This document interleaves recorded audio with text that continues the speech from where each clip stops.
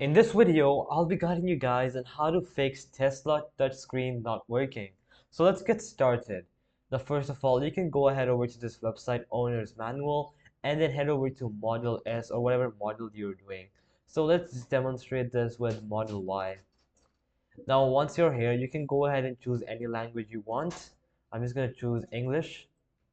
From here, you're going to go ahead and click on the overview option. And from here, you can see that the touchscreen option is right here.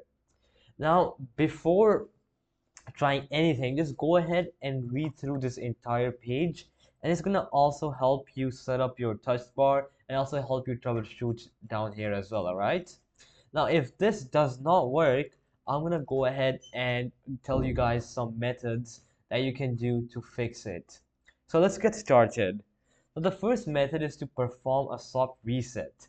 So hold down both scroll wheels on the steering wheel for about 10 seconds until the touchscreen restarts.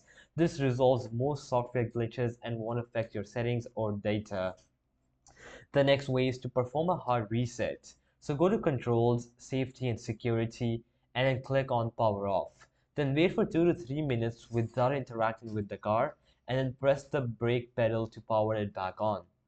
Then we have check for software updates. So navigate to Controls, Software to check for software updates. Now, if an update is pending, install it as it may fix touchscreen issues.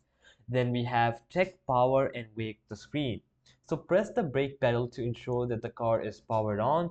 If the touchscreen remains unresponsive, try locking and unlocking the car or using the Tesla mobile app to wake it. Then you have to inspect the 12-volt battery.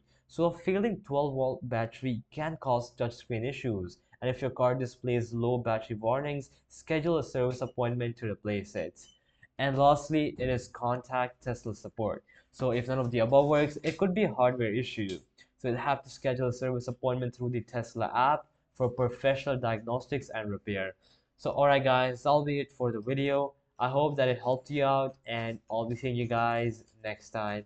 Peace out.